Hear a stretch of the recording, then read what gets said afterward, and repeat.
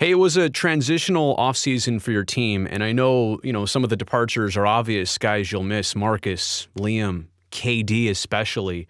But you also added some interesting pieces in Moreland and Rosenthal and Elvis, to your left.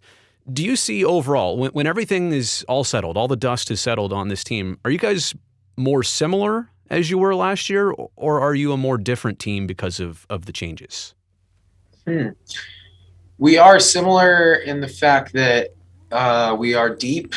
We have right-handed and left-handed bats, maybe even more now. With the addition of Moreland, I think Marcus is going to slide. Or Marcus, obviously losing Marcus, losing KD. Forgive you. Yeah, those are guys.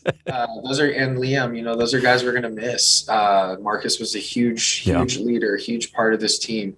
KD was a huge part of this team, especially for morale and just a great guy to have around. Liam, the way he could shut a game out, is very valued in this game. But bringing in a guy like Rosenthal, who I mean, the numbers and the velocity and his work ethic speak for itself. He's going to come right in. Mitch Moreland, a guy with, played on multiple World Series teams, won a World Series. He's, been in the playoffs. He's played good brand of baseball. He's won Gold Gloves. So he comes in with a good left-handed bat. He could pick Oli up on the day. He could DH. He could do anything for us.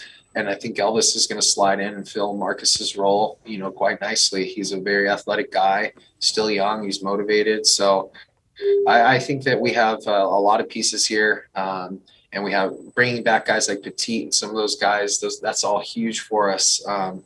It's always weird losing some of the guys that you've played with for 4 years and that you really look up to and have enjoyed the time with. But that being said, our goal here is still the same. It's a business. We're here to win with what we have, and what we have is great.